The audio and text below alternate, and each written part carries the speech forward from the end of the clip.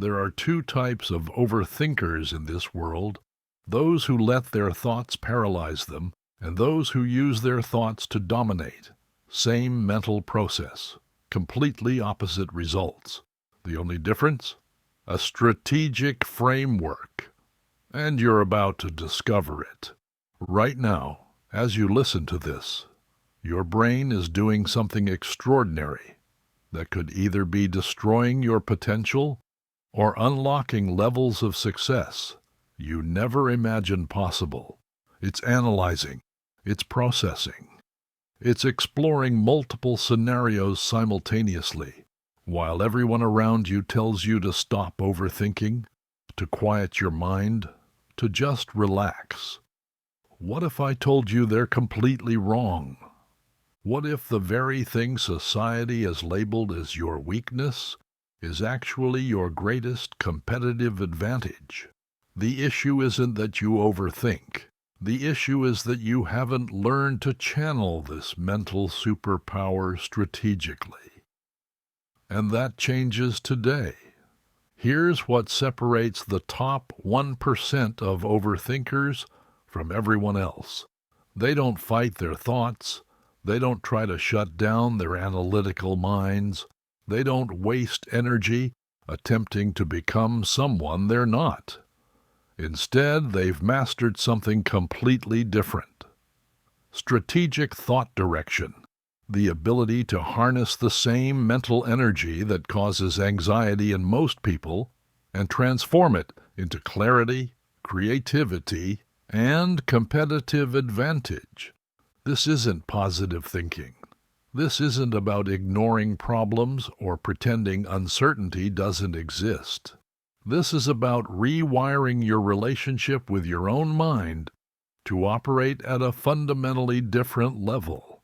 By the time you finish this audiobook, you'll understand why your current approach to thinking might be keeping you stuck. And more importantly, you'll have the exact framework the most successful overthinkers use to turn any mental challenge into a stepping stone toward their goals. The difference between paralyzed overthinking and strategic overthinking isn't just a mindset shift. It's the difference between being reactive and proactive, between being a victim of your own thoughts and being the architect of your mental landscape. Today, you're going to learn how to make that shift permanently. Chapter 1. The Overthinking Trap That's Destroying Your Potential. Let me start with a truth that most people refuse to acknowledge. Your brain is wired to overthink. Not because it's broken, but because it's operating on programming that served a very specific purpose for thousands of years. Your brain evolved to anticipate threats, to plan for contingencies, to explore every possible outcome before taking action. In a world where one wrong decision could mean death, this served our ancestors incredibly well. But here's the problem. In today's world, this same mechanism has become a double-edged sword. When you encounter a challenge, your brain immediately shifts into high alert mode. It starts cataloging everything that could go wrong, every possible negative outcome, every reason why this situation is complicated. Your mental energy gets consumed by analysis loops, worst-case scenario thinking, and an endless exploration of problems without ever arriving at solutions. Meanwhile, the path forward sits right there, invisible to your overthinking brain. Think about the last major decision you faced. What did you spend most of your time thinking about? If you're like 99% of overthinkers, you spent hours, maybe days, dissecting every angle. You talked about it with friends. You worried about it at night. You analyzed every variable. You became an expert on all the things that could go wrong. But how much time did you actually spend on strategic action planning? Probably a fraction of the time you spent in analysis mode. This is the overthinking trap, and it's everywhere. In business, teams spend entire meetings discussing potential problems instead of designing solutions. Individuals spend years contemplating their next move instead of taking experimental action. Students focus on how difficult something might be instead of developing learning strategies. People in relationships analyze what might go wrong instead of building what could go right. The most insidious part of this trap is that it feels productive. When you're analyzing a situation, when you're exploring all the angles, when you're identifying potential obstacles, it feels like you're doing important work. Your brain gets a hit of activity that makes you believe you're making progress. But you're not. You're just getting better at seeing problems, which only makes you more likely to see them everywhere. This creates a vicious cycle. The more you focus on potential problems, the better your brain becomes at spotting them. The better you get at spotting problems, the more overwhelmed you feel. The more overwhelmed you feel, the less likely you are to take action. The less action you take, the more problems accumulate, and the cycle continues, keeping you trapped in a paralyzed state that guarantees you'll never reach your potential. Meanwhile, strategic overthinkers have broken free from this trap entirely. They've trained their brains to operate differently. When they encounter a challenge, their first instinct isn't to analyze everything that could go wrong. Their first instinct is to ask, what's the fastest path to clarity?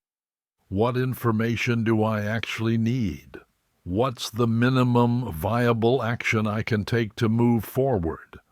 This isn't just a different approach to thinking. It's a different approach to existing in the world. But here's what's really happening at a neurological level. Every time you focus on problems without directing your thoughts strategically, you're strengthening the neural pathways associated with anxiety and paralysis. You're literally rewiring your brain to become better at feeling stuck. Every time you redirect your analytical energy toward strategic outcomes, you're strengthening completely different neural pathways associated with clarity, creativity, and forward momentum. You're training your brain to become a strategic thinking machine. The difference in results is staggering. Paralyzed overthinkers spend their lives in analysis loops, constantly processing but never progressing, always feeling behind. Strategic overthinkers spend their lives building, creating, and moving forward with purpose and direction. They encounter the same mental complexity as everyone else, but they process it through a completely different system, which leads to completely different outcomes. This isn't about intelligence. It isn't about talent. It isn't about having some special gift. It's about which neural pathways you've been strengthening. And the extraordinary news is this. Regardless of how long you've been trapped in paralyzed overthinking, you can rewire your brain starting today. Neuroplasticity means your brain is constantly changing based on what you focus on and how you direct your thoughts. Focus on problems, and you become a problem-focused overthinker. Focus on strategic outcomes, and you become a strategic overthinker.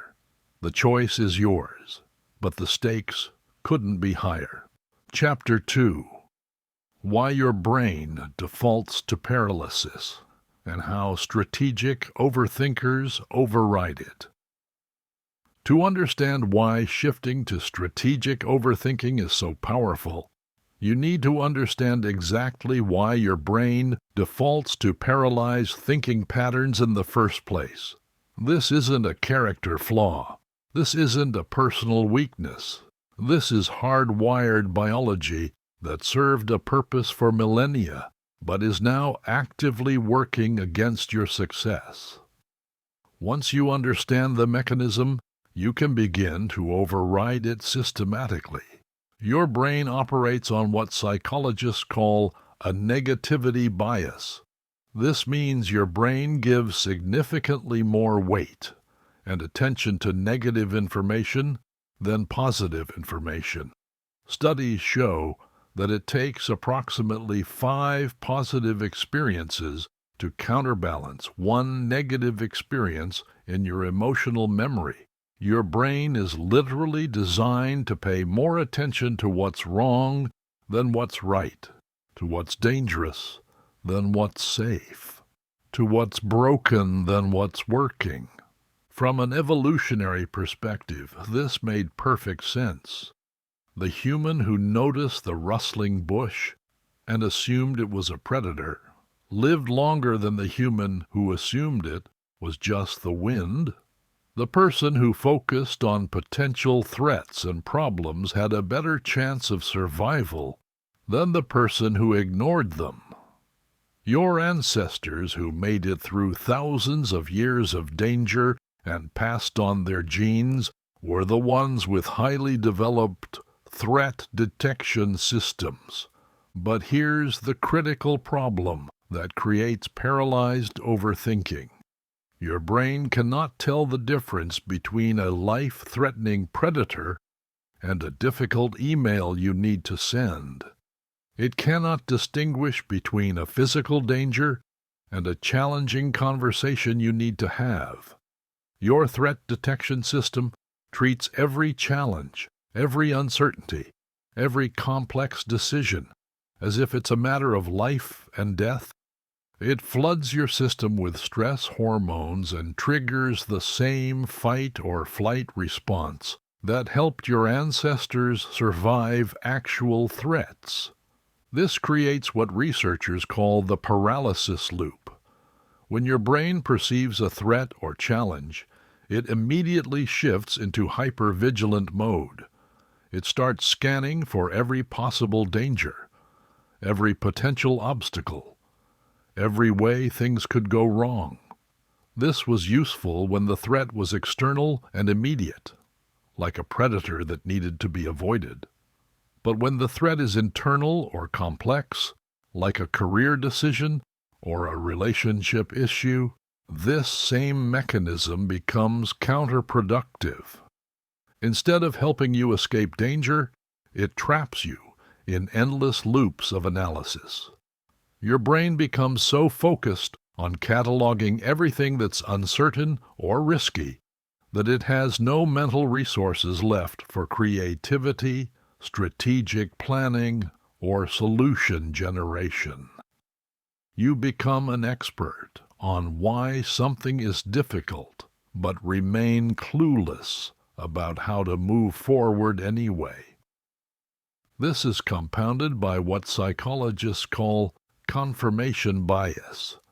Once your brain decides something is threatening or problematic, it starts looking for evidence to confirm that belief. It filters reality to show you more evidence of the problem while filtering out information that might lead to solutions. If you believe a decision is risky, your brain will notice every possible negative outcome while ignoring potential positive outcomes. If you believe a situation is overwhelming, your brain will focus on every complexity while overlooking simple paths forward. The result is that challenges appear to grow larger and more insurmountable over time, while solutions appear to become more distant and unrealistic. This isn't because the challenges are actually getting worse, or the solutions are actually becoming less viable. It's because your brain is literally programming itself to see more problems and fewer solutions with each passing day. Modern society makes this even worse. We're constantly bombarded with problem-focused information. News media makes money by highlighting everything that's wrong with the world. Social media algorithms promote content that triggers emotional responses, which usually means content that makes you worried, angry, or upset. Even well-meaning conversations with friends often turn into problem-focused sessions where everyone takes turns sharing what's going wrong in their lives. This creates an environment where paralyzed overthinking is not only normal, but actively reinforced by everything around you. You're swimming in a sea of problem-focused information, and your brain is absorbing all of it. You're becoming more skilled at identifying what's wrong, while losing your ability to generate strategic paths forward. But here's what strategic overthinkers understand that others don't. This is all programming, and programming can be changed. Your brain's default mode isn't permanent. With conscious effort and the right techniques, you can override your biological programming and train your brain to default to strategic thinking instead of paralyzed analysis. The key is understanding that your brain is like a muscle. Whatever you exercise gets stronger. If you exercise problem identification, you become incredibly good at spotting problems. If you exercise strategic direction, you become incredibly good at finding paths forward. The neural pathways you use most frequently become your brain's default mode of operation. This means that every time you catch yourself in paralyzed overthinking and consciously redirect your attention to strategic outcomes, you're doing more than just solving that particular challenge. You're literally rewiring your brain to become more strategically oriented in general. You're building mental infrastructure that will serve you in every area of your life forever. Strategic overthinkers haven't eliminated complexity from their lives. They haven't eliminated challenges or uncertainties. They've simply trained their brains to process complexity through a strategic filter instead of a paralysis filter. Instead of getting stuck cataloging everything that's uncertain, they immediately shift to identifying paths forward despite uncertainty. Instead of becoming experts on why something is difficult, they become experts on how to make progress anyway. This single shift changes everything. Chapter 3. The Strategic Overthinking. Mindset that separates winners from everyone else. Now that you understand why your brain defaults to paralyzed overthinking, let's talk about what separates strategic overthinkers from everyone else. The strategic overthinking mindset. This isn't just a different way of thinking about challenges. It's a completely different operating system that changes how you process information, make decisions, and take action. The strategic overthinking mindset starts with a fundamental assumption that most people reject. Every challenge contains the seeds of opportunity within it. This doesn't mean every challenge is easy to solve or that solutions are always obvious. It means that within every difficult situation lies information, resources, or possibilities that can be leveraged to create a pathway forward. Paralyzed overthinkers see obstacles. Strategic overthinkers see data points. When a strategic overthinker encounters a challenge, their brain immediately starts asking different questions. Instead of, "Why is this happening to me?" they ask, "What can I learn from this situation?" Instead of, "This seems impossible," they ask, "What would have to be true for this to become possible?" Instead of, "What's wrong with this situation?" they ask, "What resources do I have that I haven't fully considered yet?" This shift in questioning completely changes the information your brain has access to. Your brain is essentially a search engine. The questions you ask determine what results you get. Ask paralyzed questions, and your brain will search for and deliver paralyzing answers. Ask strategic questions, and your brain will search for and deliver strategic answers. But strategic overthinking goes much deeper than just asking different questions. It involves a fundamental shift in how you view your relationship to challenges. Paralyzed overthinkers see themselves as victims of circumstances, reacting to things that happen to them. Strategic overthinkers see themselves as agents of change, actively shaping their circumstances through their responses. This creates what psychologists call an internal locus of control. Instead of believing that your success or failure is determined by external factors beyond your control, you operate from the belief that your results are primarily determined by your choices, your actions, and your responses. This doesn't mean you ignore external factors or pretend you have control over everything. It means you focus your mental energy on the variables you can influence rather than the variables you cannot. Strategic overthinkers also operate with what researchers call a growth mindset. They view challenges not as threats to be avoided, but as opportunities to develop new capabilities. When they encounter something they don't know how to do, their first thought isn't, "I can't do this." Their first thought is, "I can't do this yet." That simple word, "yet," transforms a fixed limitation into a temporary condition that can be changed through effort and learning. This mindset shift has profound implications for how you approach goals and obstacles. Paralyzed overthinkers tend to abandon goals when they encounter significant challenges because they interpret obstacles as evidence that the goal is unrealistic or that they lack the necessary capabilities. Strategic overthinkers interpret obstacles as curriculum, as information about what they need to learn, develop, or acquire to achieve their goals. The most successful people in any field share this characteristic. They don't see obstacles as reasons to quit. They see obstacles as feedback.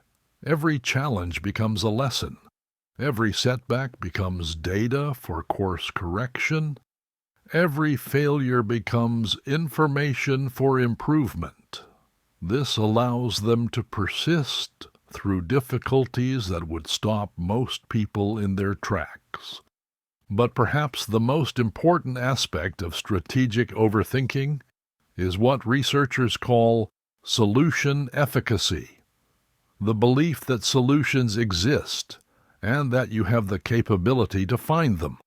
This isn't blind optimism or wishful thinking. It's a practical assumption based on overwhelming historical evidence. Throughout human history, people have consistently found ways to solve problems that initially seemed impossible.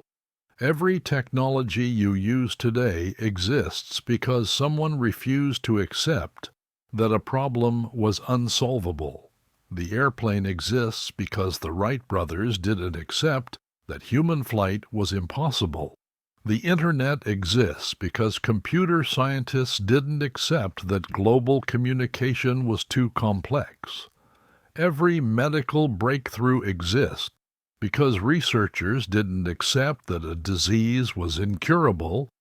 Every convenience you enjoy exists because someone maintained solution efficacy in the face of apparent impossibility. Strategic overthinkers understand that the vast majority of limitations are temporary and contextual, not permanent and absolute. They know that impossible usually just means we haven't figured out how to do it yet. They approach challenges with curiosity rather than resignation, with resourcefulness rather than helplessness, with confidence rather than defeat. This creates a completely different emotional relationship to challenges. Paralyzed overthinkers experience anxiety, frustration, and stress when they encounter obstacles because they interpret obstacles as threats. Strategic overthinkers experience excitement, curiosity, and motivation when they encounter obstacles, because they interpret obstacles as puzzles to be solved. The emotional difference is crucial because your emotional state directly affects your cognitive capabilities. When you're stressed and anxious, your brain's executive functions are impaired. You have less access to creativity, innovation, and complex problem solving. Your thinking becomes narrow and defensive. When you're excited and curious, your brain operates at peak performance.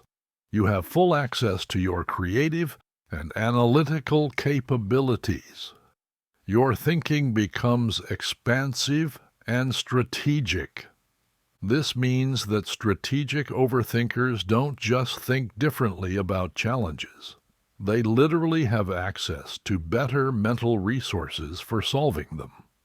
Their mindset creates a positive feedback loop where challenges enhance rather than diminish their problem-solving capabilities.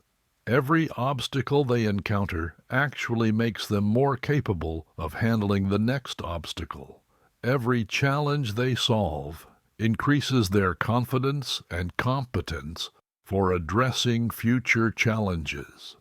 This is why strategic overthinkers seem to accelerate over time, while paralyzed overthinkers seem to stagnate. It's not because strategic overthinkers face easier challenges. It's because they've developed a mindset that transforms every challenge into a capability-building opportunity. They're constantly getting stronger, while paralyzed overthinkers are constantly getting more overwhelmed. The extraordinary news is that this mindset is learnable. It's not a personality trait you're born with. It's a set of mental habits that can be developed through practice, and you're about to learn exactly how to develop them. Chapter 4. The Strategic Overthinking Framework that Guarantees Results. Understanding the mindset is just the beginning. To actually transform how you approach challenges, you need a systematic framework that you can apply to any situation. Strategic overthinkers don't just happen to think strategically. They have specific, repeatable processes that automatically direct their attention toward solutions and away from paralysis. This framework consists of 5 sequential steps that take you from challenge identification to solution implementation. Each step is designed to counteract your brain's natural tendency to get stuck in analysis paralysis and instead redirect your mental energy toward productive action. Let me walk you through each step in detail. Step 1 is challenge acknowledgement without immersion. This is a crucial distinction that most people miss. You cannot solve a challenge you don't acknowledge.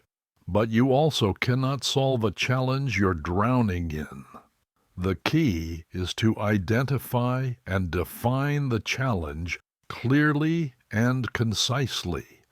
Then immediately shift your focus to solution generation. Challenge acknowledgement means stating what needs to be addressed in specific, factual terms, without adding emotional commentary or catastrophic interpretations. Instead of saying this is a disaster and everything is falling apart, you say our revenue decreased by 15% this quarter, and we need to identify the causes and create a recovery plan. Instead of saying I'm terrible at public speaking and I'll never improve, you say I experience anxiety when speaking in front of groups, and I want to develop strategies to manage that anxiety and improve my skills. The goal is to get crystal clear on what actually needs to be solved without triggering your brain's threat detection system. The more emotionally charged your problem statement, the more your brain will shift into panic mode. The more neutral and factual your problem statement, the more your brain can shift into strategic mode. Step 2 is resource inventory. Before your brain can generate effective solutions, it needs to know what resources are available. Most people skip this step entirely and jump straight to solution brainstorming, which severely limits their options to only the most obvious approaches. Resource inventory forces you to take comprehensive stock of everything you have available to address the challenge. Resources include obvious things like money, time, and skills, but they also include less obvious assets like relationships, knowledge, experience, tools, and even past failures that provided valuable lessons. The key is to brainstorm exhaustively without immediately judging whether each resource is sufficient or relevant. Your goal is to create a comprehensive list of everything you have to work with. This step is crucial because it shifts your brain from scarcity thinking to abundance thinking. When you focus only on what you lack, your brain operates from a sense of limitation and impossibility. When you focus on what you have, your brain starts seeing possibilities and connections it previously missed. Step 3 is solution generation through systematic brainstorming. This is where most people's approach to problem-solving completely breaks down. They either generate one or two obvious solutions and stop there, or they get overwhelmed trying to find the perfect solution immediately. Effective solution generation requires both quantity and systematic thinking. The goal in this step is to generate as many potential solutions as possible without immediately evaluating their feasibility. Your brain has two different modes, creative mode and analytical mode. They cannot operate simultaneously, so you need to separate solution generation from solution evaluation. During this phase, no idea is too unconventional, too expensive, or too difficult. Your only job is to generate options. Use specific prompting questions to stimulate creative thinking. If money were no object, how would I solve this? If I had unlimited time, what would I do? If I could get help from anyone in the world, who would I ask, and what would I ask them to do? What would someone with a completely different background and experience do in this situation? How have other people solved similar challenges in different contexts? The key is to push past your first few obvious ideas and force your brain to get creative. The best solutions are rarely the first ones you think of. They emerge when you push beyond conventional thinking and start exploring unconventional approaches. This is where strategic overthinkers separate themselves from everyone else. They generate 10 times more options, which gives them 10 times more chances of finding an optimal solution. Step 4 is solution evaluation and selection. Now you switch from creative mode to analytical mode. You take all the solutions you generated and evaluate them based on specific criteria. Feasibility, given your current resources. Cost in terms of time, money, and energy. Time requirement for implementation. Likelihood of success based on available evidence. Potential for additional benefits beyond solving the immediate challenge. Create a simple scoring system where you rate each solution on a scale from 1 to 5 for each criterion. Then add up the scores. This prevents you from being swayed by solutions that sound exciting but aren't practical, or from dismissing solutions that seem boring but are highly effective. The goal isn't necessarily to find the perfect solution.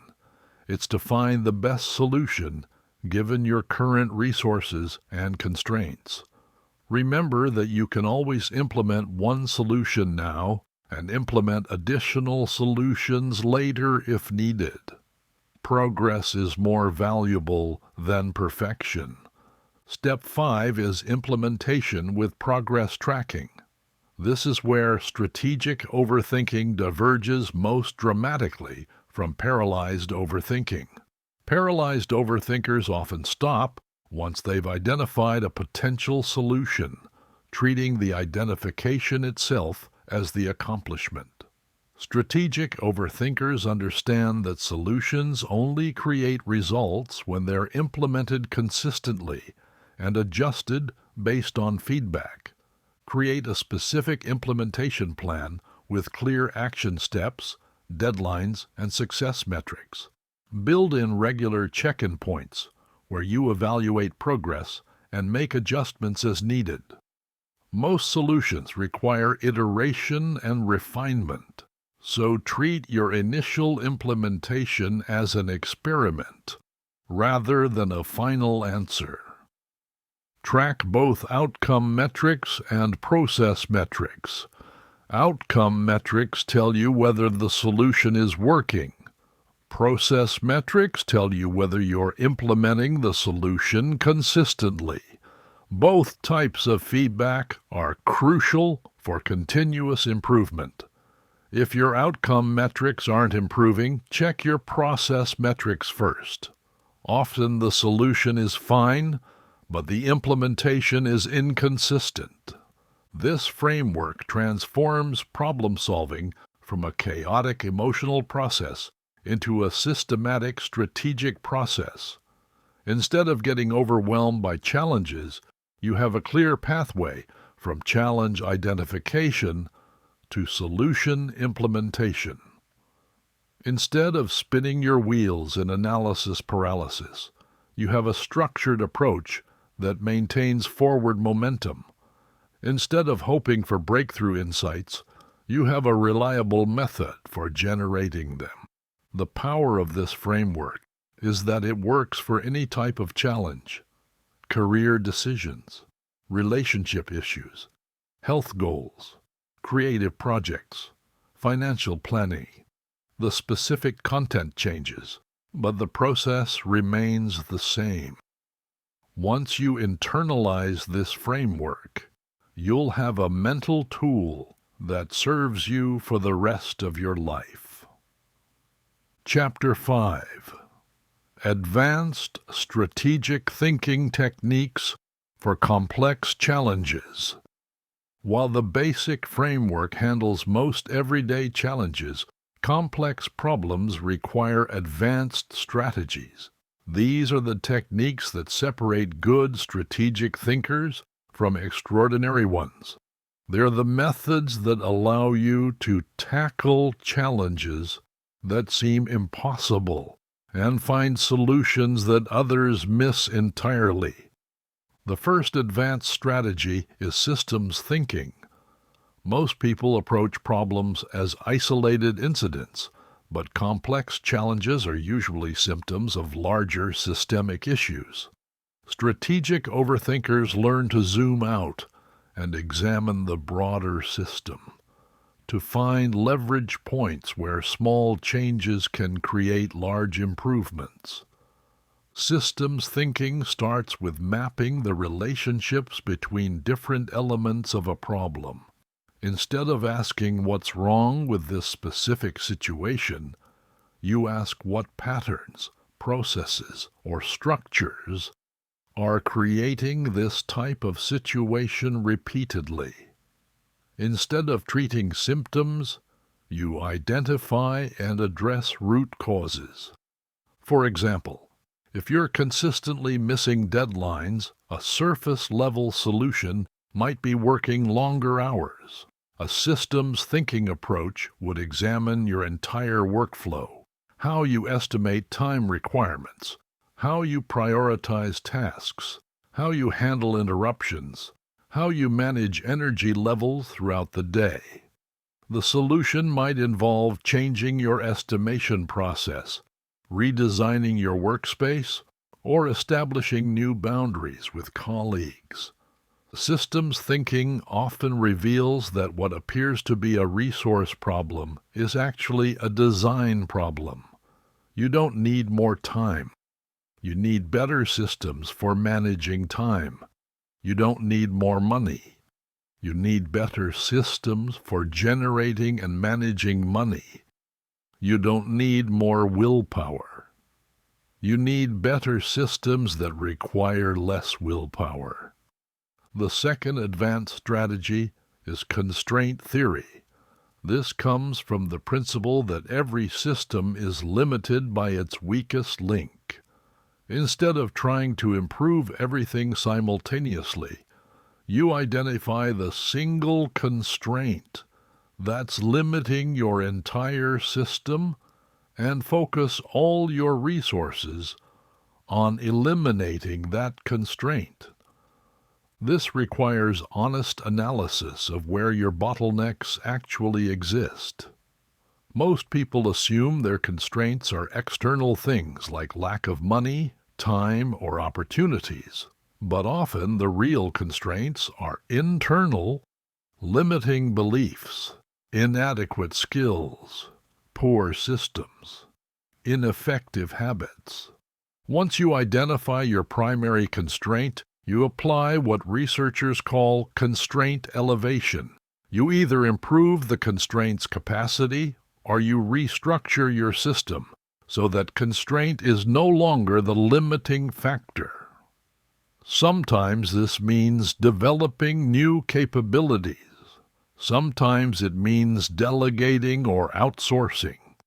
Sometimes it means changing your approach entirely.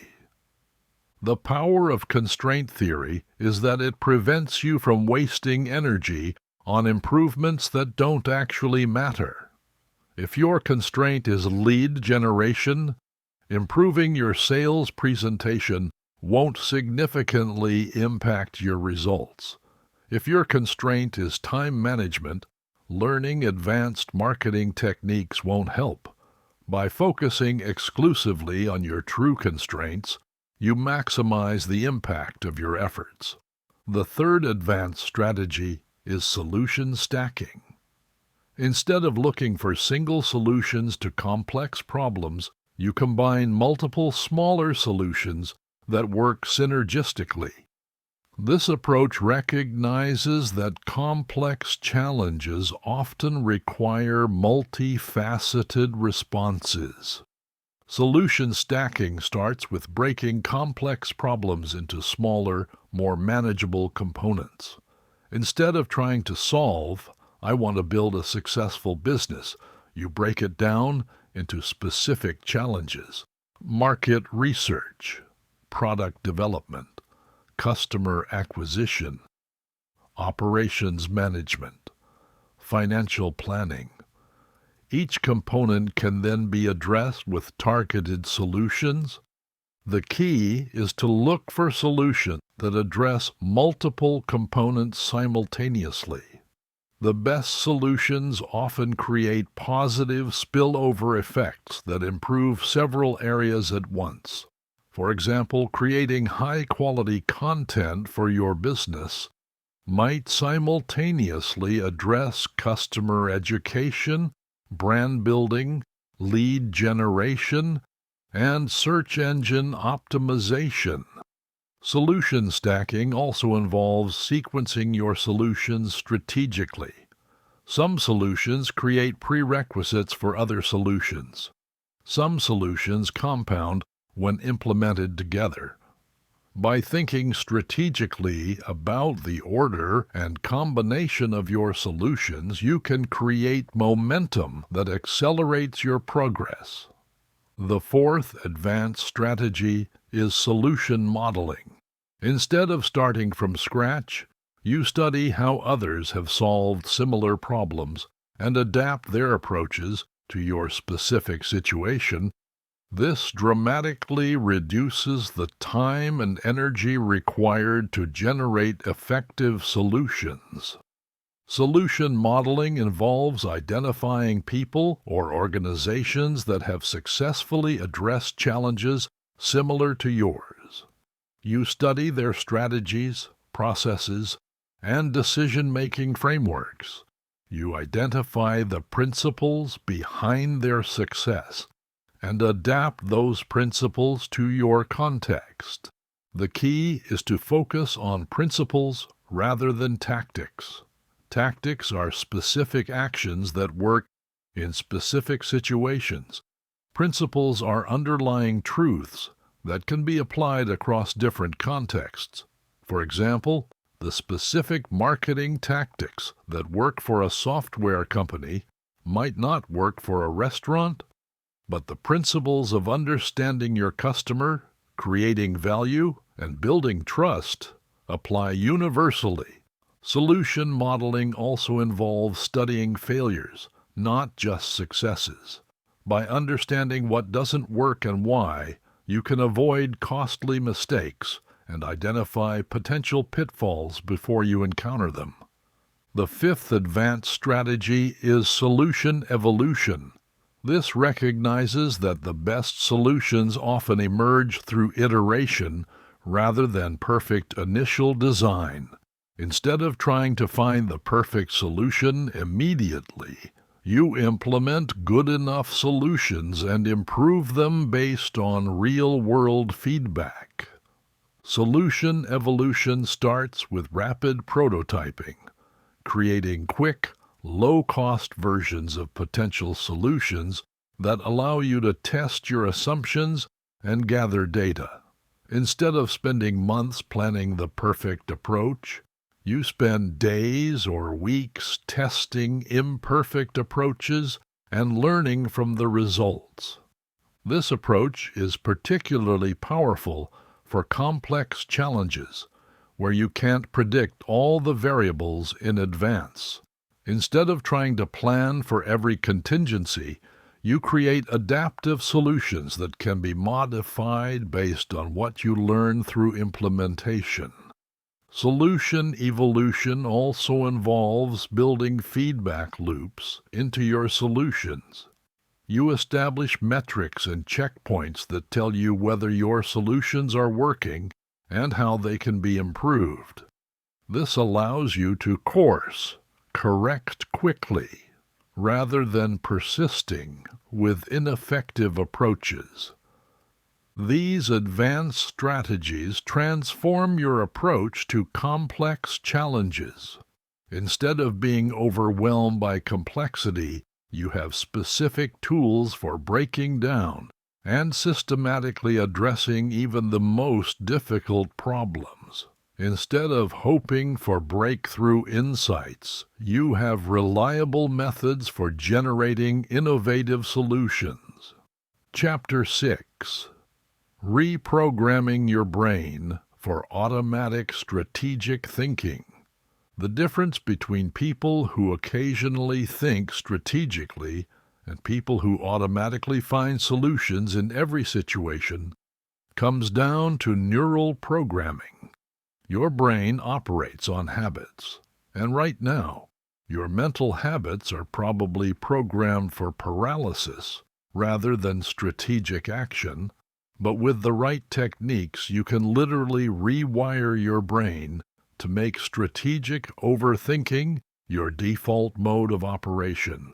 This reprogramming process works because of neuroplasticity, your brain's ability to form new neural pathways throughout your life. Every thought you think strengthens certain neural connections while weakening others. Every time you catch yourself in paralyzed overthinking and consciously redirect to strategic thinking, you're building new mental pathways. Do this consistently enough, and strategic thinking becomes as automatic as breathing. The first reprogramming technique is called the strategic interrupt. This is a pattern interrupt that stops paralyzed overthinking before it gains momentum. The moment you notice yourself analyzing problems without direction, you immediately ask yourself, what's one action I could take right now to move toward a solution? This question forces your brain to shift from analysis mode to action mode. The key is to make this interrupt automatic. Set reminders on your phone to ask yourself this question every hour for the first week. Write it on sticky notes and place them where you'll see them regularly. The goal is to interrupt paralyzed thinking so consistently that your brain starts making the shift automatically. The second technique is strategic priming. This involves deliberately exposing your brain to solution-focused information throughout the day. Instead of starting your morning by checking news or social media, which primes your brain for problem-focused thinking, start with content that showcases human ingenuity, problem-solving, and achievement. Read biographies of people who overcame significant challenges. Listen to podcasts about innovation and entrepreneurship. Watch documentaries about breakthrough discoveries. Study case studies of companies that turned around from failure to success. This isn't about blind positivity. It's about training your brain to see examples of successful problem-solving so it knows what's possible. Strategic priming also involves changing your language patterns. Paralyzed overthinkers use language that emphasizes limitations. I can't. It's impossible. There's no way. This always happens. Strategic overthinkers use language that emphasizes possibilities. How might I? What if? There must be a way. This is interesting. Your language doesn't just reflect your thinking. It shapes your thinking. When you consistently use strategic language, you literally program your brain to look for solutions. Start paying attention to your internal dialogue and consciously replace paralyzed phrases with strategic alternatives. The third technique is called strategic visualization. This leverages your brain's inability to distinguish between vivid imagination and actual experience. When you visualize yourself successfully navigating challenges, your brain strengthens the same neural pathways that would be activated if you were actually solving those problems. Spend 5 minutes each day visualizing yourself, encountering a challenge, and smoothly transitioning into strategic mode. See yourself staying calm and confident. Hear yourself asking the right questions. Feel the satisfaction of implementing an effective solution. Make the visualization as detailed and emotionally engaging as possible. The more you practice this mental rehearsal, the more natural strategic thinking becomes in real situations. Your brain has already practiced the pattern, so it knows exactly what to do when you encounter actual challenges. The fourth technique is environmental design. Your physical environment constantly influences your mental state, usually without your conscious awareness. Strategic overthinkers design their environments to trigger strategic thinking automatically.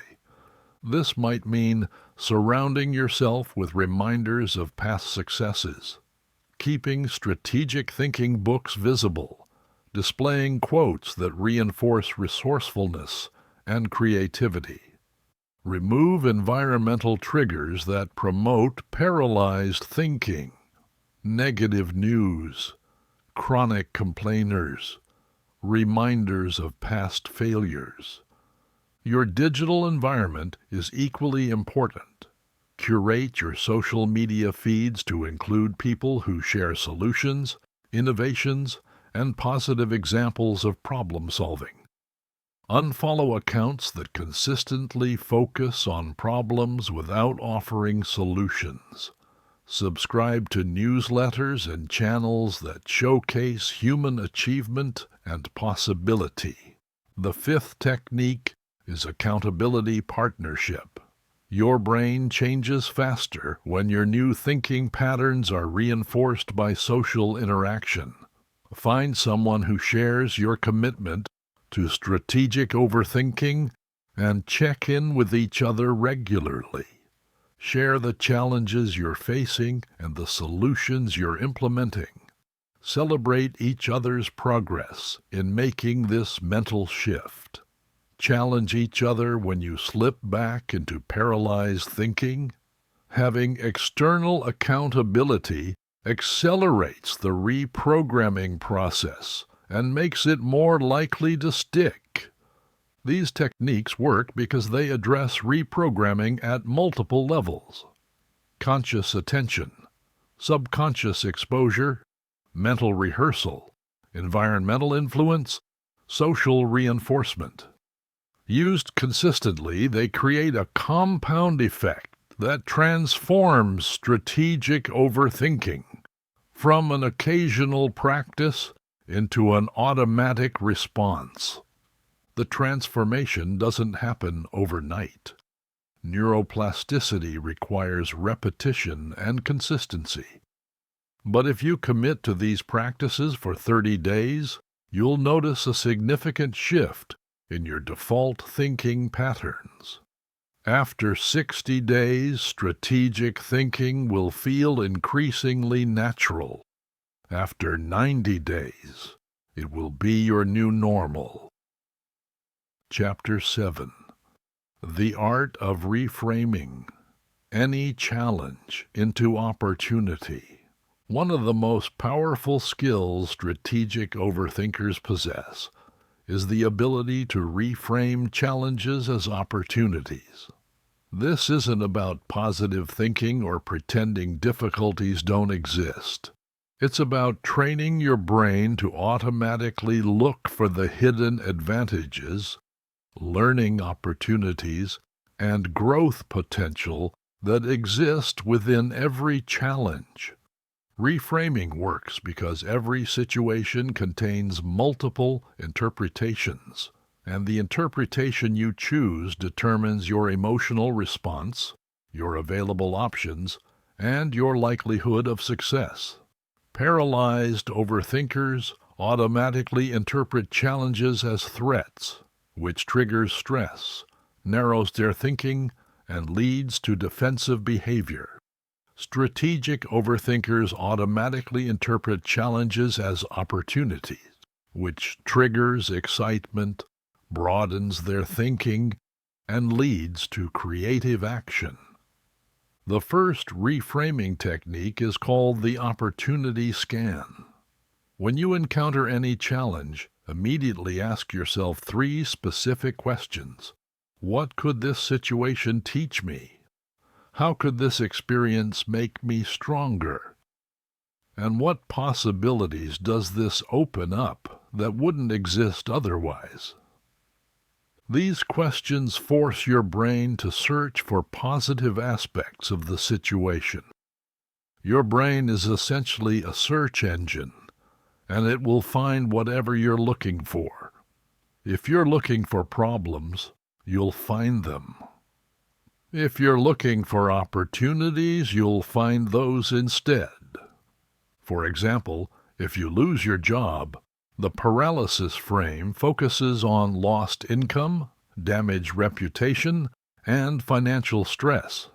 The opportunity frame focuses on the chance to pursue a better position, learn new skills, or start a business you've been considering. Both interpretations acknowledge the same facts, but they lead to completely different emotional states and action plans. The second reframing technique is called competitive advantage identification. Every challenge you face is also being faced by your competitors, colleagues, or peers. The question is, how can you respond to this challenge in a way that gives you an advantage over others who are facing the same situation? Most people respond to challenges by trying to get back to where they were before the challenge occurred. Strategic overthinkers respond to challenges by using them as springboards to reach higher levels than they've ever achieved before. They understand that challenges are universal, but responses are what create differentiation. When the economy struggles, most businesses focus on survival. Smart businesses focus on using the downturn to improve their operations, acquire talent, and position themselves for explosive growth when conditions improve. When an industry faces disruption, most companies resist the change. Smart companies figure out how to lead the change and capture the opportunities it creates. The third reframing technique is called resource expansion. Paralyzed overthinkers see challenges as depleting their resources. Strategic overthinkers see challenges as opportunities to develop new resources. Every problem you solve makes you stronger, smarter, and more capable of solving future problems. Think about the most difficult challenges you've overcome in your life. How did conquering those challenges change you? What capabilities did you develop? What confidence did you gain? What relationships did you build? What knowledge did you acquire? The resources you gain from overcoming those challenges probably far exceeded the resources you expended solving them. This perspective transforms your relationship with difficulty. Instead of seeing challenges as costs, you see them as investments. Instead of avoiding difficult situations, you actively seek out challenges that will help you grow. This shift alone dramatically accelerates your personal and professional development. The fourth reframing technique is called timing optimization. Paralyzed overthinkers see challenges as interruptions that occur at the worst possible times. Strategic overthinkers understand that the best time to develop new capabilities, strengthen relationships, and gain competitive advantages is often during challenging periods. Economic downturns create opportunities to acquire assets at discount prices. Industry disruptions create opportunities to establish new market positions. Personal setbacks create opportunities to reassess priorities and make necessary changes that you've been postponing. The key is recognizing that timing is often perfect, even when it doesn't feel that way. The fifth reframing technique is called story restructuring. Your brain makes sense of events by creating narratives, and the story you tell yourself about what's happening determines how you feel and what actions you take. Paralyzed overthinkers create victim stories where things happen to them. Strategic overthinkers create hero stories where they actively shape their outcomes. In victim stories, you're at the mercy of circumstances beyond your control. In hero stories, you're the protagonist who faces challenges, develops new capabilities, and ultimately triumphs. Both stories can describe the same events, but they lead to completely different levels of empowerment and possibility. The most successful people are master storytellers who consistently frame their experiences in empowering ways. They don't ignore difficulties or pretend everything is easy. They acknowledge challenges while maintaining narratives that position them as capable of overcoming whatever they face. These reframing techniques work because they literally change your brain chemistry. When you interpret situations as opportunities rather than threats, your brain releases different neurotransmitters that enhance creativity, improve memory, and increase motivation. You gain access to mental resources that simply aren't available when you're in paralyzed mode. Chapter 8. Strategic Communication that Transforms Relationships and Results. Most people don't realize that the way they communicate about challenges either amplifies paralysis or accelerates strategic thinking. Paralyzed communication creates drama, spreads negativity, and keeps everyone stuck in analysis. Strategic communication builds energy, generates ideas, and moves teams toward action. Master this distinction, and you'll transform every relationship and dramatically improve your results. The foundation of strategic communication is understanding that every conversation is either moving toward paralysis or moving toward strategy. There's no neutral ground. When you engage in paralyzed communication, you're training everyone involved to become better at seeing what's wrong. When you engage in strategic communication, you're training everyone to become better at seeing what's possible. The first principle of strategic communication is acknowledgement without amplification. You can acknowledge that challenges exist without making them the focus of the conversation.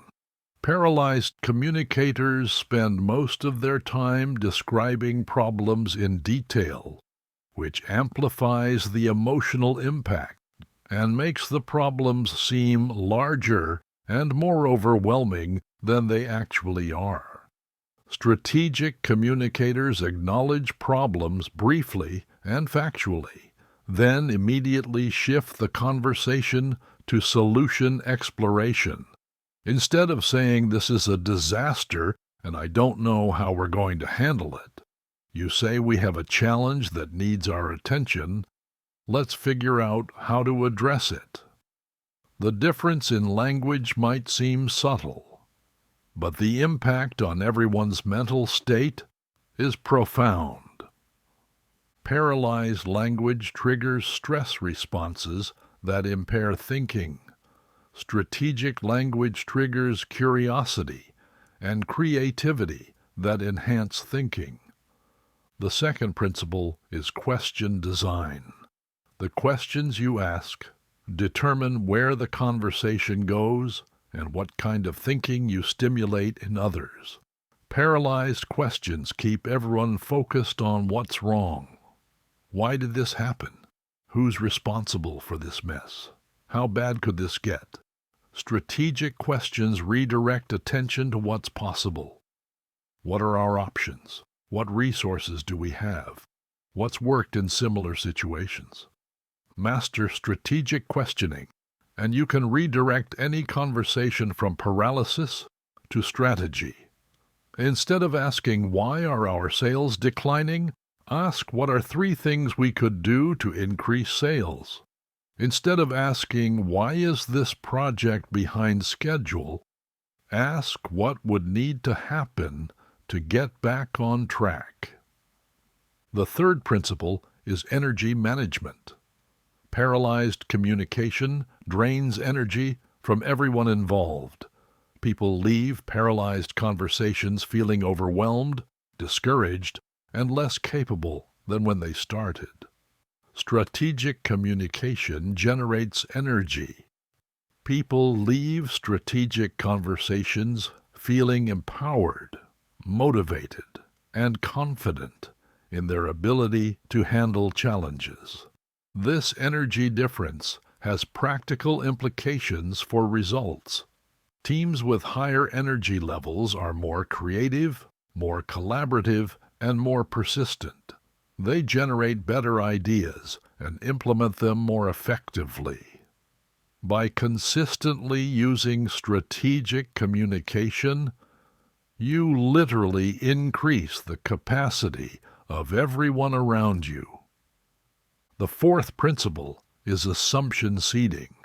The assumptions underlying your communication shape how others think about what's possible. Paralyzed communicators embed assumptions of limitation. This is going to be really difficult. I'm not sure we can pull this off. There's probably no good solution. These assumptions become self-fulfilling prophecies that limit what people are willing to attempt. Strategic communicators embed assumptions of capability. We'll figure this out. There's definitely a way to handle this. We've solved tougher challenges before. These assumptions create psychological safety that allows people to think more creatively and take more intelligent risks. The fifth principle is momentum building. Paralyzed communication creates psychological momentum toward negativity and helplessness. Each problem that gets discussed in detail makes the next problem seem more serious.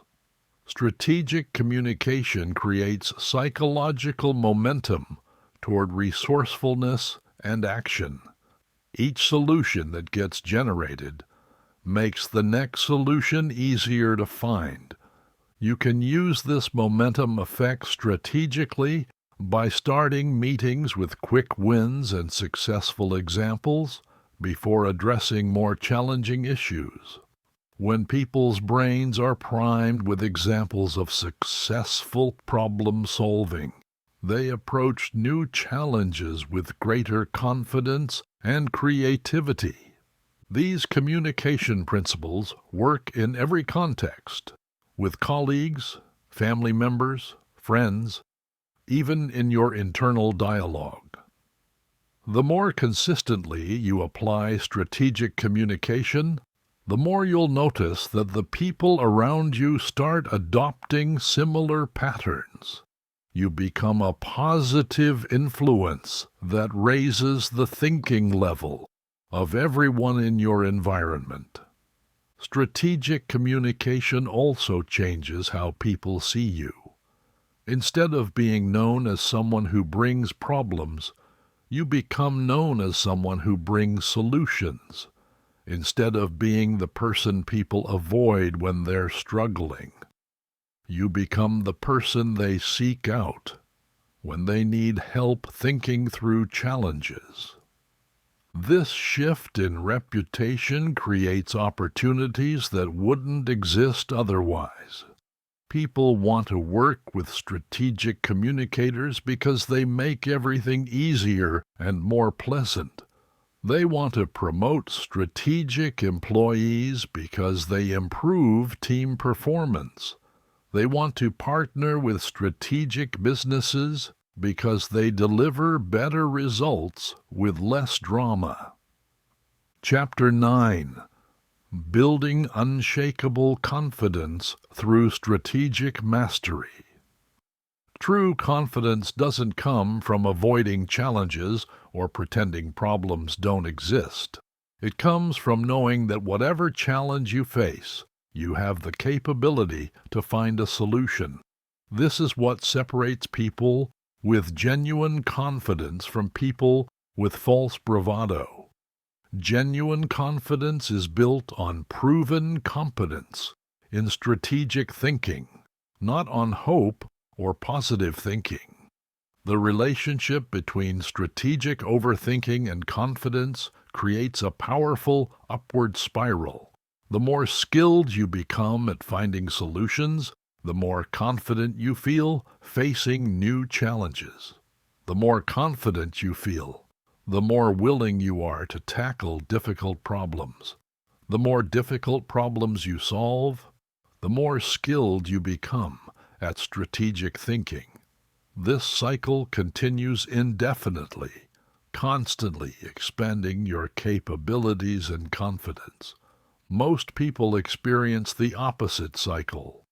When they encounter challenges they can't solve immediately, they lose confidence in their abilities. Lower confidence makes them less likely to attempt difficult challenges, which means they don't develop better strategic thinking skills. Weaker strategic skills lead to more situations where they feel overwhelmed, which further reduces their confidence. This downward spiral keeps them trapped in mediocrity. The first strategy for building strategic confidence is deliberate challenge progression. Instead of avoiding difficult situations, you systematically seek out challenges that are slightly beyond your current comfort zone. This allows you to build confidence gradually while developing increasingly sophisticated strategic thinking abilities. Start with challenges that feel manageable but require you to stretch slightly. As you successfully solve these challenges, gradually increase the difficulty level. Each success builds evidence that you're capable of thinking strategically, which gives you confidence to attempt even more challenging problems.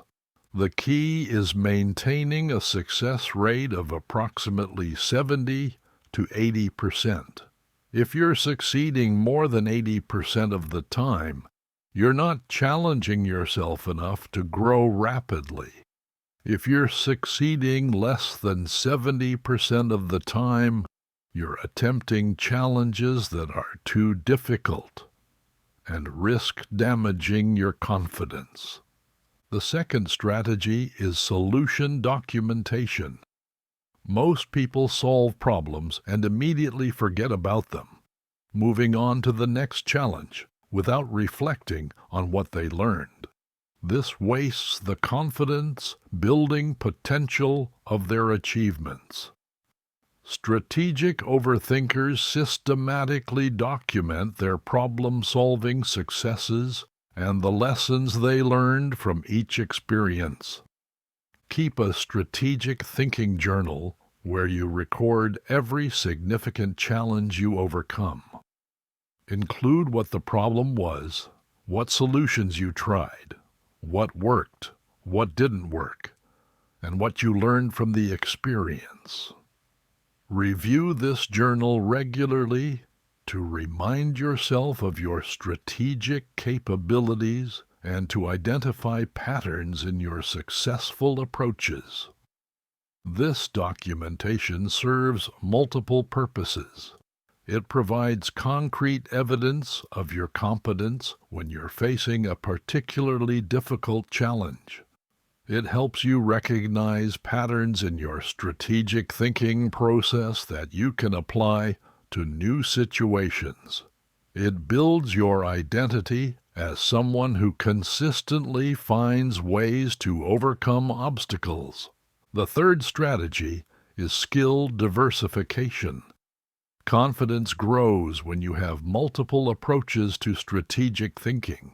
If you only know one way to address challenges, you'll feel helpless when that approach doesn't work.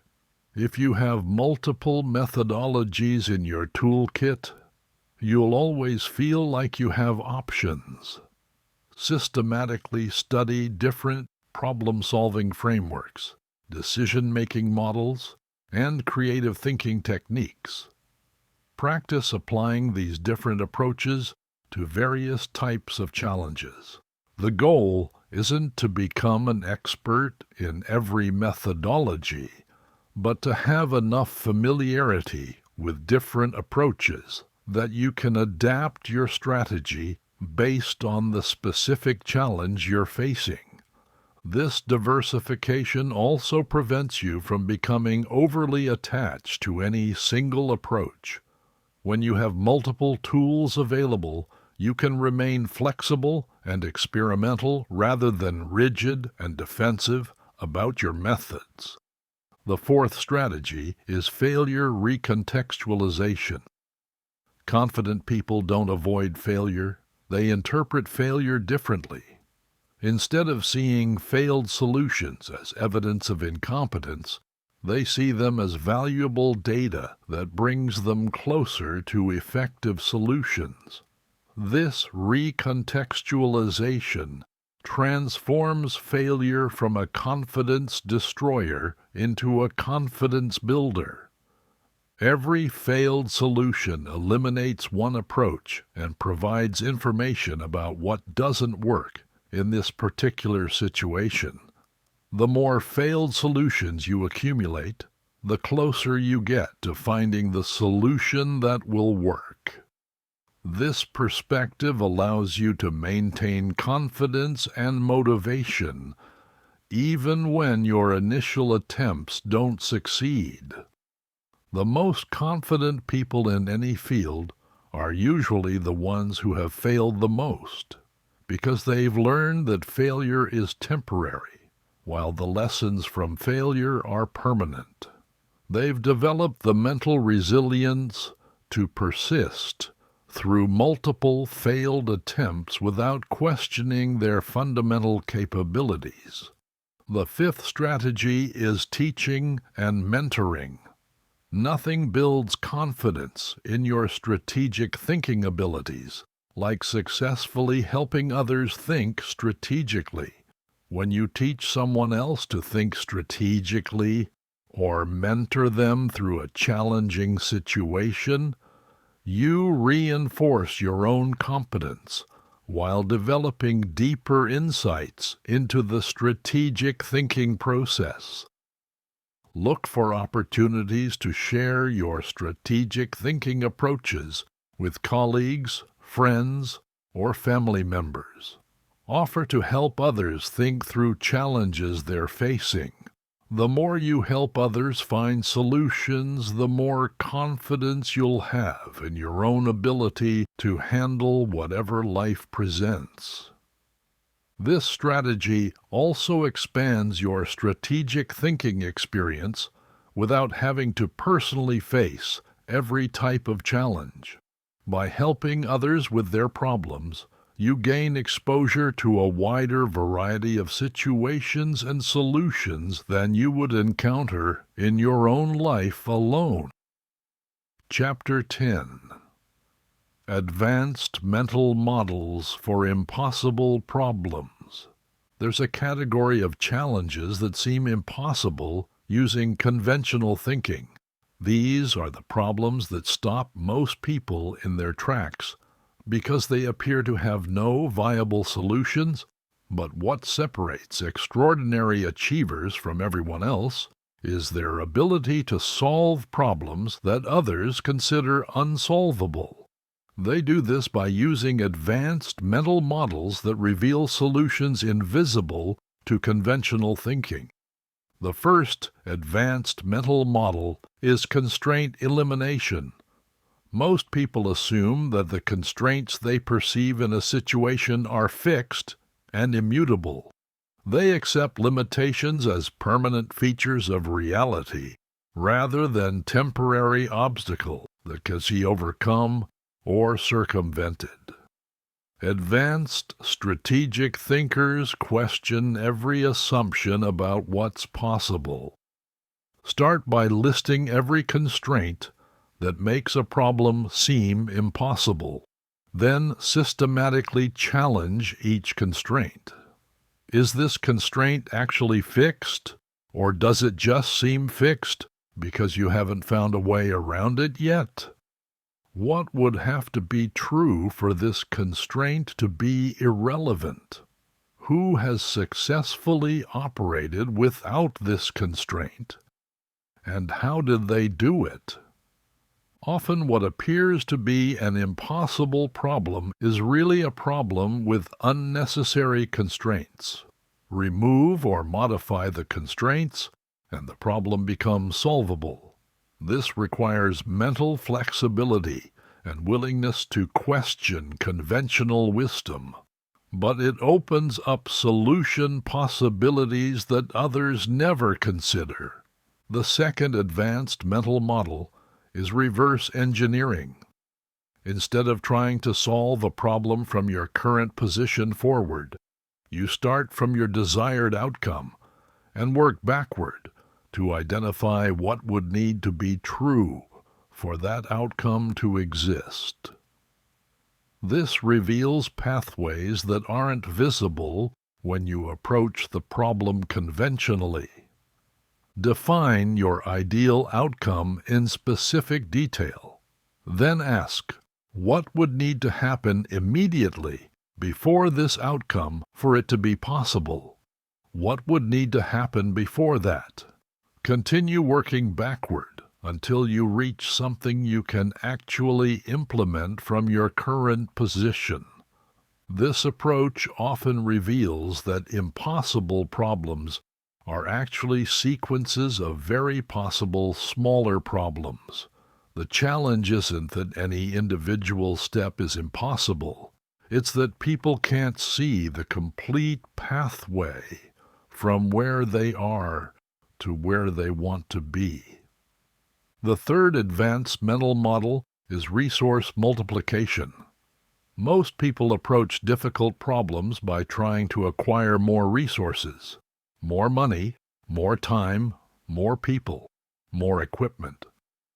Advanced strategic thinkers focus on multiplying the effectiveness of resources they already have. This involves finding ways to make each resource do multiple jobs simultaneously, creating systems that generate resources rather than consume them, leveraging other people's resources through partnerships and collaborations. Instead of asking, what resources do I need? You ask, how can I accomplish this with the resources I have? Resource multiplication often involves changing the rules of the game rather than playing the existing game better. Instead of competing for scarce resources, you create new categories where resources are abundant. Instead of accepting traditional trade-offs, you find ways to achieve multiple benefits simultaneously. The fourth advanced mental model is perspective shifting. Impossible problems often become solvable when viewed from different perspectives. What appears impossible from one viewpoint might be straightforward from another. Advanced strategic thinkers systematically examine challenges from multiple angles until they find a perspective that reveals viable solutions. Ask how different types of people would approach this problem. How would an engineer solve it versus an artist, versus an entrepreneur, versus a child? How would someone from a different culture approach it? How would someone from a different time period have handled it? How would someone with unlimited resources solve it versus someone with no resources at all? Each perspective shift potentially reveals solutions that weren't visible from your original viewpoint. The goal isn't to find the right perspective, but to collect multiple perspectives until you have enough solution possibilities to find one that works. The fifth advanced mental model is paradox integration. Some problems appear impossible because they seem to require contradictory solutions. Advanced strategic thinkers learn to hold paradoxes in tension rather than trying to resolve them immediately. They look for ways to satisfy apparently opposing requirements simultaneously. Instead of choosing between speed and quality, they find ways to be fast and high quality. Instead of choosing between cost and features, they find ways to be inexpensive and feature-rich. Instead of choosing between growth and stability, they find ways to grow rapidly while maintaining stability. Paradox integration often requires creative redefinition of the problem itself. When you can't solve a problem as currently defined, sometimes the solution is to redefine the problem in a way that eliminates the contradictions. These advanced mental models work because they bypass the mental limitations that make problems appear impossible. They help you see beyond conventional constraints, discover hidden pathways, multiply your resources, shift your perspective, and integrate contradictions.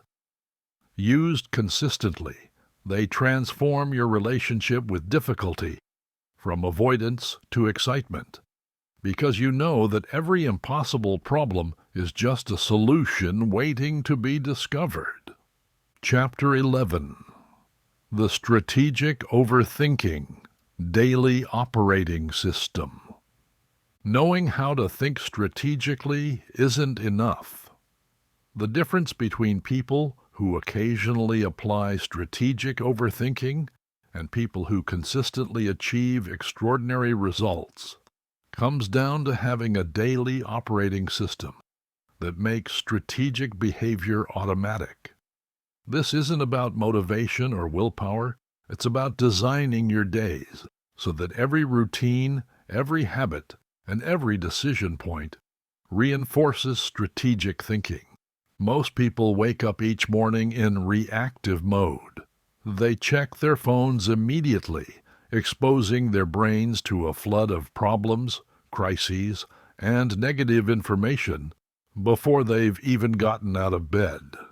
They start their days by consuming other people's problems instead of focusing on their own solutions. This sets a paralyzed tone that influences their thinking for the entire day. Strategic overthinkers understand that the first hour of your day programs your brain for everything that follows. They protect this time fiercely and use it to prime their minds for strategic thinking. Instead of immediately diving into problems, they invest the first part of their day in activities that strengthen their strategic thinking capabilities. The first component of a strategic overthinking daily operating system is the morning strategic session. This is a 15-minute ritual that prepares your brain to operate in strategic mode throughout the day. You start by reviewing your current challenges and identifying the specific solutions you'll implement today. Not just thinking about solutions, but committing to specific actions. This session serves multiple purposes. It shifts your brain into proactive mode instead of reactive mode. It gives you a clear focus for the day so you're not wandering aimlessly from task to task. It builds momentum by connecting today's actions to your larger goals. And it reinforces your identity as someone who actively solves problems rather than someone who passively experiences them. During this session, you also practice strategic visualization. You mentally rehearse yourself successfully implementing your planned solutions. You see yourself overcoming obstacles, staying focused, and achieving the results you want. This mental rehearsal strengthens the neural pathways associated with successful strategic thinking and increases the likelihood that you'll actually follow through on your plans. The second component is strategic decision-making throughout the day. Every decision you make either moves you toward solutions or away from them.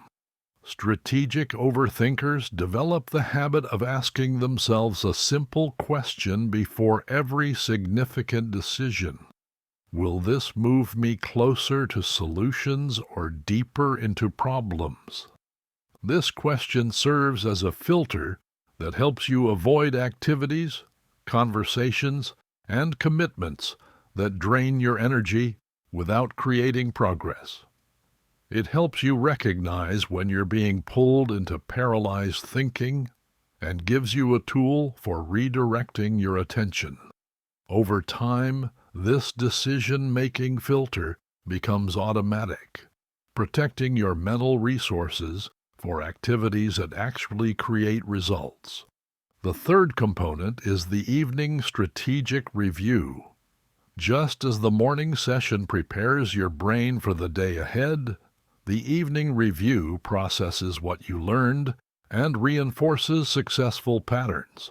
You spend 10 minutes reflecting on the solutions you implemented, what worked, what didn't work, and what you learned that will help you solve similar problems more effectively in the future. This reflection serves as a bridge between today's learning and tomorrow's application. Without deliberate reflection, most people solve problems and immediately forget about the process they used. They fail to extract the transferable principles that could help them solve future problems more efficiently. The evening review ensures that every problem you solve makes you better at solving all future problems. The fourth component is environmental optimization. Your physical and digital environments constantly influence your thinking patterns, usually without your conscious awareness. Strategic overthinkers deliberately design their environments to trigger strategic thinking automatically. This means surrounding yourself with visual reminders of your capabilities, past successes, and current goals. It means organizing your workspace to minimize distractions and maximize focus. It means curating your information diet to include more strategic content and less paralyzed noise. Every element of your environment should either support strategic thinking or be eliminated. The fifth component is energy management. Strategic thinking requires mental energy, and most people squander their best mental resources on low-value activities. By the time they encounter significant challenges, they're operating with depleted cognitive resources, which makes strategic thinking much more difficult. Strategic overthinkers treat mental energy like a precious resource that must be allocated strategically. They tackle their most important strategic thinking work when their energy levels are highest. They protect their peak performance hours from interruptions, distractions, and low-value tasks. They understand that when your energy is low, your brain defaults to paralyzed thinking because it requires less effort than strategic thinking. The sixth component is progress tracking. What gets measured gets managed, and without clear metrics, it's impossible to know whether your strategic approach is actually creating results. Most people focus on outcome metrics alone, which can be discouraging because outcomes often lag behind efforts by weeks or months. Strategic overthinkers track both outcome metrics and process metrics. Outcome metrics tell you whether you're achieving your goals. Process metrics tell you whether you're consistently applying strategic thinking. By tracking process metrics, you can maintain motivation and momentum even when outcome results haven't appeared yet. These process metrics might include how many solutions you generated this week, how quickly you shifted from problem identification to solution implementation, how many times you caught yourself in paralyzed thinking and redirected to strategy, or how many other people you helped think more strategically. These metrics reinforce the behaviors that eventually create the outcomes you want. The seventh component is social reinforcement. Your thinking patterns are heavily influenced by the people you spend time with. If you're surrounded by people who constantly focus on problems, complain about circumstances, and avoid taking responsibility for solutions, their thinking patterns will gradually influence yours, regardless of your conscious intentions. Strategic overthinkers deliberately cultivate relationships with other solution-oriented individuals. They seek out mentors, colleagues, and friends who approach challenges with resourcefulness and optimism. They limit their exposure to chronic complainers and paralyzed thinkers. They understand that your social environment is just as important as your physical environment in shaping your default thinking patterns. This social reinforcement also involves becoming a positive influence on others.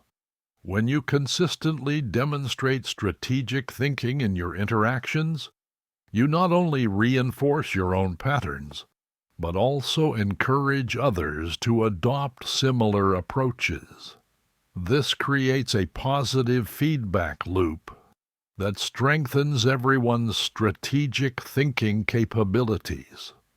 The eighth component is systematic skill development. Strategic thinking is enhanced by having more tools, techniques, and knowledge available when you encounter challenges. Instead of hoping you'll naturally become better at strategic thinking over time, you actively invest in developing your capabilities. This might involve studying new problem-solving methodologies, learning about psychology and decision-making, developing technical skills that expand your options, or gaining knowledge in areas related to your biggest challenges. The goal isn't to become an expert in everything, but to continuously expand your toolkit so you have more resources available when you need them. These 8 components work together to create a comprehensive system that makes strategic overthinking your default mode of operation. Instead of relying on motivation or willpower to maintain this mindset, you create structures and routines that automatically guide your thinking in productive directions. Over time, this system becomes so ingrained that strategic thinking feels natural and effortless. Chapter 12. Your Strategic Overthinking Future. You now possess something that most people never develop: a complete understanding of how to transform your analytical mind into a strategic powerhouse. You understand why your brain defaults to paralysis, how to override that programming, and what specific techniques to use for thinking strategically in any situation. More importantly, you understand how to make this way of thinking automatic, sustainable, and influential in every area of your life. But knowledge without application remains just interesting information. The difference between people who occasionally think strategically and people who consistently create extraordinary results comes down to one thing: implementation. Everything you've learned means nothing unless you commit to making strategic overthinking your default mode of operation. Starting today, starting with the very next challenge you encounter. This isn't about perfection. You will still have moments when you slip back into paralyzed thinking. You will still encounter challenges that initially feel overwhelming. You will still face situations where the solutions aren't immediately obvious. The difference is that now you have a systematic approach for redirecting your thinking, a comprehensive toolkit for finding solutions, and the confidence that comes from understanding how strategic thinking actually works. The most successful people in any field share one characteristic. They understand that extraordinary results come from consistently applying simple principles over long periods of time. They don't succeed because they have access to secret information or special advantages. They succeed because they do what everyone else knows they should do, but most people don't actually do consistently.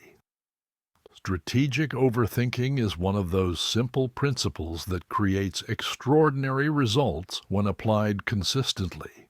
Every day that you choose strategy over paralysis, every conversation where you redirect from analysis to action, every challenge where you ask, "How can I solve this?" instead of "Why is this happening?" You're building a track record of results that compounds over time. The compound effect of strategic overthinking is more powerful than most people realize. Each problem you solve makes you better at solving the next problem.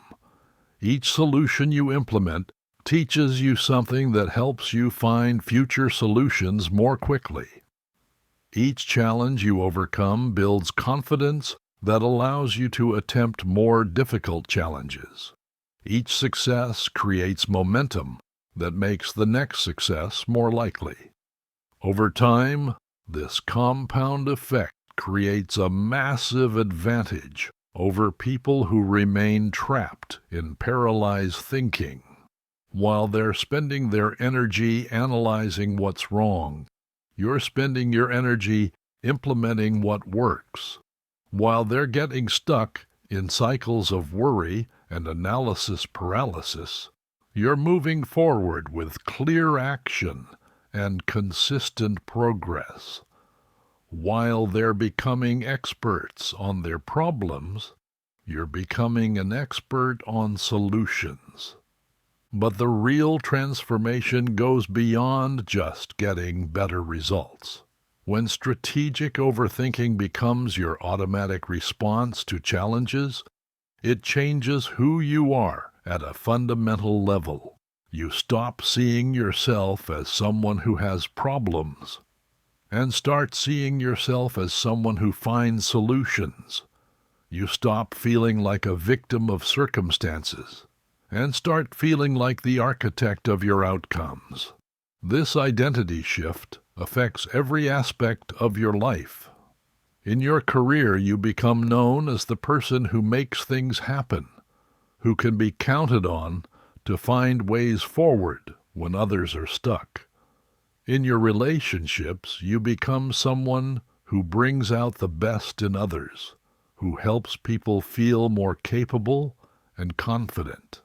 In your personal development, you become someone who consistently grows and improves rather than staying stuck in the same patterns year after year.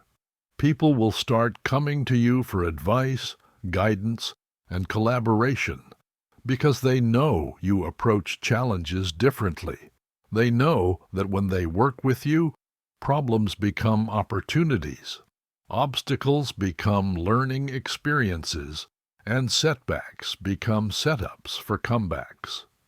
You become a magnet for other strategic thinkers and opportunities that require solution-oriented thinking. The ripple effects extend far beyond your immediate circle. Every person you help develop strategic thinking becomes better at helping others do the same. Every organization you influence toward strategic culture becomes more innovative, resilient, and successful. Every challenge you help solve creates a model for how similar challenges can be addressed in the future. This is how individual transformation becomes societal transformation. By committing to strategic overthinking in your own life, you're contributing to a fundamental shift in how humanity approaches its greatest challenges. Instead of being overwhelmed by problems, we become excited by possibilities. Instead of being limited by current constraints, we become motivated by future potential. The future belongs to people who can find solutions where others see only problems, who can create opportunities where others see only obstacles, who can maintain confidence and creativity when others are paralyzed by complexity and uncertainty. The future belongs to strategic overthinkers. And now, you're one of them. But your journey is just beginning. Strategic overthinking mastery isn't a destination you reach and then coast from. It's a way of living that requires continuous practice, refinement, and growth. Every day presents new opportunities to strengthen your strategic thinking capabilities. Every challenge is a chance to test and improve your skills. Every interaction is an opportunity to model strategic thinking for others. The path forward is clear. Start immediately. Take the next challenge you're facing and apply the frameworks you've learned. Ask strategic questions. Generate multiple options. Implement the best solutions systematically. Document what you learn. Share your insights with others. Build your reputation as someone who finds ways forward when others are stuck. Remember that every expert was once a beginner. Every master was once struggling with the basics. And every breakthrough started with someone who refused to accept that a problem was unsolvable. You now have everything you need to join the ranks of people who consistently create extraordinary results through strategic overthinking. The only question that remains is this: will you commit to applying what you've learned? Or will you let this knowledge remain just another interesting idea you heard about once? The choice is yours. But understand that this choice will determine whether you spend the rest of your life as someone who has problems or someone who finds solutions. Your strategic overthinking future starts now. The next challenge you face is your first opportunity to demonstrate that you've truly transformed how you think. The next conversation you have is your chance to model strategic communication. The next decision you make is your opportunity to choose progress over paralysis. Everything you want in life is waiting on the other side of challenges that need to be solved. Every goal you want to achieve requires overcoming obstacles that initially appear insurmountable. Every breakthrough you desire depends on your ability to find solutions that others haven't discovered yet. Now you have the tools, the understanding, and the confidence to find those solutions. The world needs more strategic overthinkers.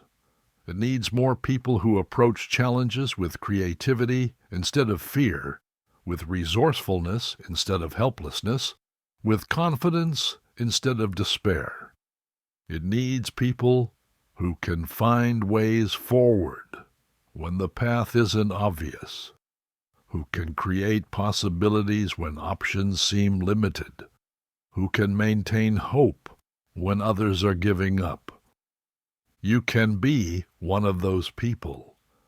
In fact, after everything you've learned, you already are one of those people. The only question is whether you'll claim that identity and live up to your potential, or whether you'll allow old patterns to pull you back into paralyzed thinking. The choice is yours, but choose quickly, because while you're deciding, challenges are waiting to be solved.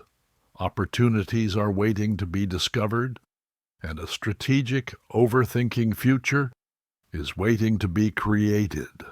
Your transformation is complete. Your journey is just beginning. Make it extraordinary